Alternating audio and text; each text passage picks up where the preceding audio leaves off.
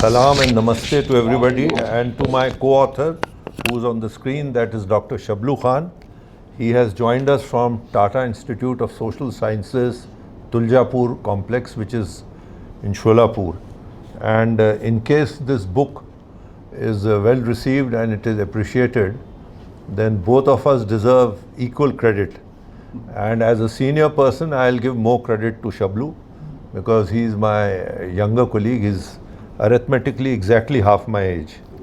So he really worked very hard on this. Thank you very much for your kind words, Dr. Khan. It's a privilege to be in the company of friends like in the sequence of sitting A.K. Khan, Mr. Subramaniam, Professor R.K. Mishra, and on this side Basharat Saab, Javed Hus Saab, and Shahid Saab, who's from Manu, and our other young friends. See, I think the setting has been done very skillfully as always by Dr. Khan. And in this room, Dr. Khan is one of those persons whom I know the least in terms of number of years. I mean, Subramaniam Saab and I have known one another by God's grace for 40 years exactly. 40 years. And we've really been through the most torrid times which one can imagine, particularly when we had floods in 1986, August, in Godavari River, and at that time both of us were working together in Khammam district. I was in charge of the district as the collector, and Mr. Subramaniam was the assistant collector under training. And I can say that I don't think anybody would have done as well as Subramaniam Saab did, and in recognition of his services, he was awarded the Telugu Uttam Seva Patram. Please note, as a young probationer, he was a probationer at that time. Wow. He was undergoing training, and as a probationer, he got such a high state honor. So, need I say more? As far as Professor R.K. Mishra Saab is concerned, it's been my privilege to be on the board of IPE with him, Institute of Public Enterprises. He adorned that post of director for I think 17, 18 years, if not more. And his total association goes back to nearly 4 decades. And A.K. Khan Saab and I, of course, he has already introduced him, but I have known A.K. Khan Saab probably from 79 onwards. And I knew his late father, Karim Khan Saab, who was almost my father's age, but who was very kind to me, and a person for whom I have always held the highest respect. And Javed Hus Saab, who's here, is again a legend in many ways, and I won't elaborate, besides saying that he's in charge of HIE also, Hyderabad Institute of Excellence, Babu Khan Trust. And Basharat Saab is, you heard in the beginning about CETI, and I said perhaps 20 years, but I understand it is 40 years since he has been on this. So with this brief background, as far as Dr. Shablu is concerned, well, as you can see, he is young and handsome and dynamic. And our association is 4 years old, between 18 and 22. So when I was adjunct professor in Aligarh Muslim University in the Residential Coaching Academy, he was teaching there as assistant professor. And last year we got together and we said, why not we continue not only our association, but let's see if you can contribute. So this book, which is before you, and I presume that gentleman has come from, has he come? Why don't you check up on the phone? Yes. He was supposed to be at 5.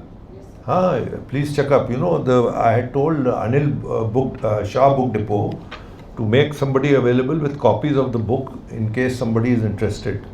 So I am surprised that he hasn't turned up. He was supposed to come by 5:30. Anyway, now friends, the point is,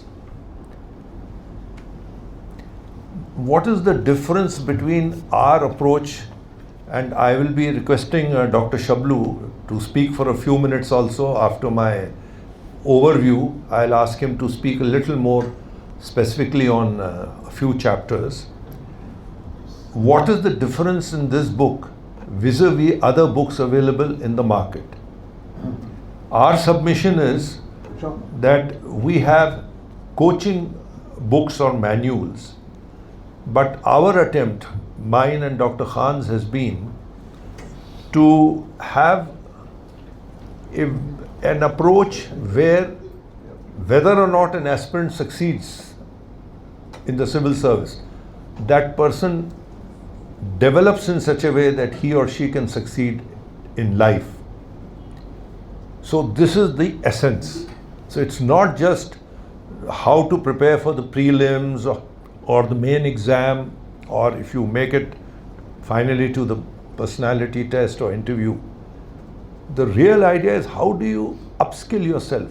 How do you unleash your inner potential? How do you develop your creativity? How do you, in today's tough world, a few things have been mentioned by Dr. Khan about AI, for example, and about how the challenges that we are facing. I need not elaborate, but it's not one set of challenges, it's multifarious. So how do we equip ourselves? I'll just share one or 2 points.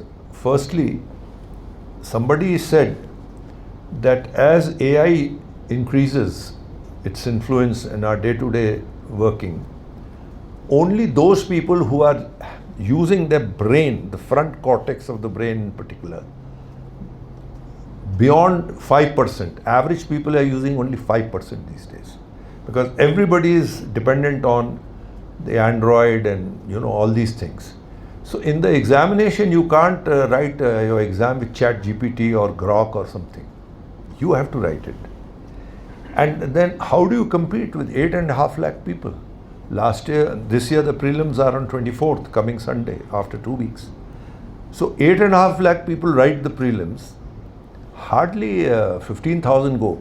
And in fact, Mr. Subramaniam here has been regularly on the interview panel of the IAS, including this year.